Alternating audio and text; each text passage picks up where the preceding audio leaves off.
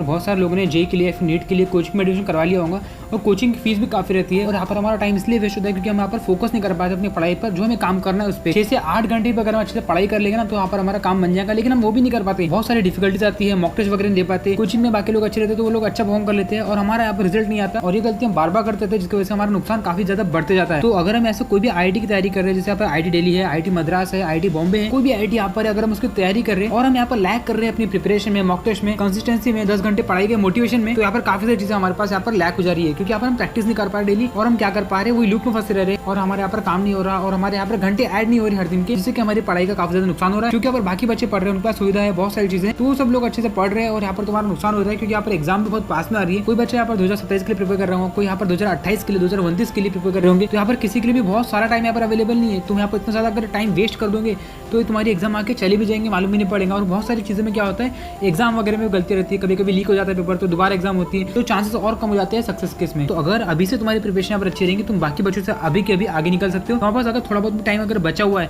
1 महीने, 2 महीने, 3 महीने, तुम यहाँ से अच्छा कर सकते हो क्योंकि यहाँ पर एक बार ये टाइम निकल गया तो यहाँ पर आगे चल के और मुश्किल हो जाएगा उसको कवर करना। अगर तुमने यहाँ पर ड्रॉप नहीं लिया होगा इस साल तो अगले साल तुम्हें ड्रॉप लेना भी पड़ सकता है क्योंकि अगर तुम्हारी एग्जाम अच्छी नहीं जाएंगी, तुम यहाँ पर ड्रॉप लेने का अगर सोचोगे तो यहाँ पर तुम्हारा काफी ज्यादा वेस्ट हो जाएगा। मतलब 1 साल तुम्हारा लाइफ का यहाँ पर केवल एग्जाम में लग जाएगा, जो कि काफी बड़ी बात हो जाती है। नीट के केस में ये बात और बड़ी हो जाती है क्योंकि यहाँ पर जो एग्जाम है वो साल में एक बार होता है। अगर तुम जेई के लिए ड्रॉप ले रहे हो तो तुम्हारे यहाँ पर चांसेस बढ़ जाते हैं कि तुम्हारे मार्क्स हो सकता है थोड़ा बहुत अच्छा आ जाए, स्कोर थोड़ा बहुत अच्छा हो जाए। अभी यहाँ पर जुलाई का महीना है, इसके बाद में अगस्त है, सितंबर है, अक्टूबर है। अगर अक्टूबर तक के तुमने थोड़ा बहुत कवर नहीं किया, अगर नवंबर आ गया फिर दिसंबर आ गया तो यहाँ पर अगले साल से तुम्हारी एग्जाम चालू हो जाएंगी। सबसे पहले यहाँ पर जेई की एग्जाम आएंगे, उसके बाद में बोर्ड्स आ जाएंगे, उसके बाद में फिर से जेई की एग्जाम आ जाएगी, फिर नीट आ जाएगा, फिर एडवांस वाली एग्जाम आ जाएंगी। तो ऐसे कर करके काफी सारी एग्जाम तुम्हारा वेट कर रही है। 5-6 महीने भी बचे हुए, उसमें तुम्हें अच्छी प्रिपरेशन करना है क्योंकि यहाँ पर तुम्हारे पास 5-6 महीने ही बचे हुए, तुम्हारे पास और एक्स्ट्रा टाइम यहाँ पर अवेलेबल नहीं है। तो अगर तुम यहाँ पर 2027 के लिए भी प्रिपेयर कर रहे हो तो बहुत सारे लोग क्या है अभी भी उन लोगों ने स्टार्ट नहीं किया है, बहुत सारे लोग लैग कर रहे हैं और बहुत सारे लोग यहाँ पर पढ़ाई नहीं हो रही क्योंकि यहाँ पर बहुत सारे लोगों ने उम्मीद ही छोड़ दी है कि यहाँ पर आईआईटी उनका निकल भी सकता है क्योंकि यहाँ पर अभी 6 महीने बचे हुए, 5-6 महीने बचे। अगर तुम्हारी यहाँ पर होप भी छूट गई होंगी, तुम यहाँ पर अभी भी उसको कवर कर सकते हो क्योंकि यहाँ पर 5 महीने भी तुम्हारे पास बचे हुए हैं। तो तुम इसमें जो मोस्ट इंपॉर्टेंट जो चैप्टर्स है उसको तुम कवर कर सकते हो।